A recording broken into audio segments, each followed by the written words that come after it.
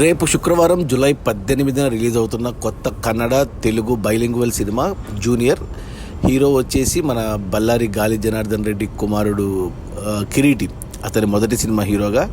And హీరోయిన్గా Sreeleela, plus supporting కాస్ట్లో మనకు బొమ్మరిల్లు హాసిని జెనీలియా ఉంది. Kannada senior star hero Ravichandran ఉన్నాడు. ప్లస్ మన కమెడియన్ హర్షచ్యముడు ఉన్నాడు. Music by Devi Sri Prasad, cameraman Senthil.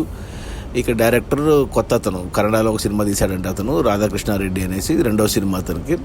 ఇక ప్రొడ్యూసర్ వచ్చేసి సాహు కొర్రపాటి, మన వారాహి చలనచిత్రం. సో ఈ సినిమాకు బజ్ రావడానికి కారణం రీసెంట్గా వచ్చిన ఒక పాట వైరల్ వయ్యారి అని, చాలా వైరల్ అయింది ఆ పాట. దానివల్ల బజ్ వచ్చింది. ఇక రీసెంట్గా ఈ సినిమా ప్రీ రిలీజ్ ఈవెంట్ బెంగళూరులో జరిగింది. నిన్న మనకు తెలుగులో జరిగింది ప్రీ రిలీజ్ ఈవెంట్. రాజమౌళి వచ్చాడు. సో సినిమా మీద బజ్ అయితే ఉంది. ఈ శుక్రవారం పెద్ద సినిమాలు ఏం లేవు. సో ఈ సినిమానే చెప్పుకోదగ్గ నోటబుల్ సినిమా. అలాగే 500 స్క్రీన్స్ మనకు తెలుగు రాష్ట్రాల్లో రిలీజ్ అవుతుంది. ప్లస్ 400 థియేటర్లు కర్ణాటకలో, 900 థియేటర్లు ఇండియాలో రిలీజ్ అవుతుంది ఈ సినిమా. ప్లస్ ఓవర్సీస్లో 200 థియేటర్లు, టోటల్గా 1100 థియేటర్లు. మంచి రిలీజు. ఇక సినిమా హిట్ అవ్వాలి అంటే బాక్స్ ఆఫీస్ దగ్గర ఈ సినిమాకు 15 కోట్లకు అమ్మారు డిస్ట్రిబ్యూటర్లకి.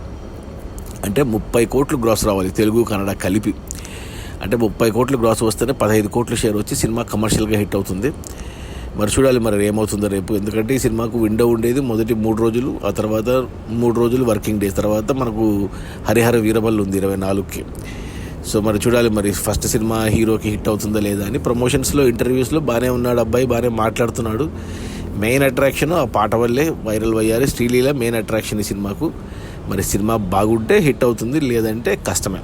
చూడాలి మరి. అది మరి జూనియర్ కన్నడలో తీశారు, తెలుగులో కూడా 2 భాషల్లో తీశారు. బైలింగ్వల్ 2 భాషల్లోనూ రిలీజ్ అవుతుంది. 1100 థియేటర్స్లో బిగ్ రిలీజు. 30 కోట్ల టార్గెట్తో వస్తుంది 1100 థియేటర్స్లో. Okay, bye.